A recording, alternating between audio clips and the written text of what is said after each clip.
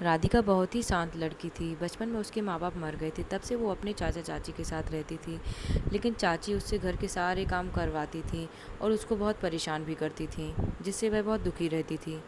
एक दिन राधिका की चाची उसको बाजार सब्जी लेने के लिए भेजती हैं, लेकिन राधिका से गलती से कहीं पैसे गिर जाते हैं।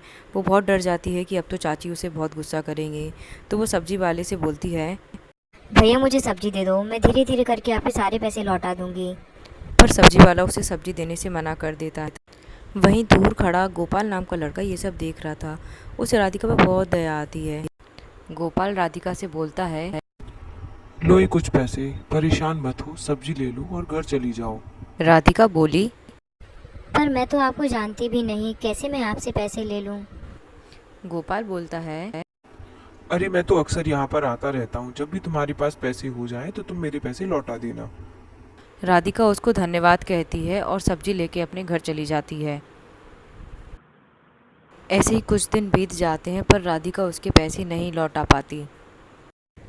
अगले दिन जब गोपाल उसको मिलता है तो वो उसको देखकर रोने लगती है और बोलती है। मुझे माफ़ कर दो, मैं तुम्हारे पैसे नहीं लौटा पा रही। अगर तुम्हारे यहाँ काम वाली की ज़रूरत हो तो मैं तुम्हारे घर का सारा काम कर दूंगी और तुम्हारे पैसे भी चुक जाएंगे। गोपाल बोलता है। ठीक है, मैं मेरी माँ से पूछकर बताता हूँ। और दोनों घर चले जाते हैं। घर पहुंचती है तो उसकी चाची उसे बहुत ताना मारती हैं कि उसके माँ बाप जाने कौन सी आफत उसके सिर बांध गए हैं, कि एक तो इसके खिलाने पिलाने का खर्च, ऊपर से अब इसकी शादी भी करानी पड़ेगी। राधिका बहुत दुखी हो जाती है और गोपाल को ढूंढने बाजार जाती है, पर उसे गोपाल दिखाई नहीं देता। ऐसा ऐसा करते करते उसको 5-6 दिन हो जाते हैं, पर उसको गोपाल नहीं मिलता। अगले दिन जैसे ही उसको गोपाल मिलता है तो राधिका बहुत रोने लगती है और गोपाल को बताती है। चाची मुझे बहुत परेशान करती है, मुझे अपने घर पे तुम काम पे रख लो। गोपाल कहता है। मैं तुम्हें नौकरानी नहीं, अपनी पत्नी बनाकर रखना चाहता हूँ। मैं जल्दी अपने माँ बाप के साथ तुम्हारे घर आऊँगा, फिर तुम्हें उधर रहने की कोई ज़रूरत नहीं। राधिका बहुत खुश हो जाती है और फिर दोनों अपने अपने घर चले जाते हैं। फिर कुछ दिन बाद गोपाल अपने माँ बाप के साथ बहुत बड़ी कार से आता है। राधिका की चाची ये सब देख के बहुत चौंक जाती हैं। फिर गोपाल उन्हें अपना परिचय देता है।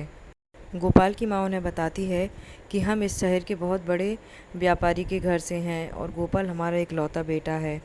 हम आपकी बेटी राधिका का हाथ मांगने आए हैं। हम लोगों ने शादी की सारी तैयारियां कर ली हैं। आप बस राधिका को लेकर आ जाइए, हमें कोई भी दान दहेज नहीं चाहिए। राधिका की चाची भी खुश हो जाती हैं कि अब उन्हें कुछ भी पैसा नहीं देना पड़ेगा राधिका की शादी में। दोनों की शादी बहुत धूमधाम से होती है और फिर राधिका के सारे दुख दर्द मिट जाते हैं।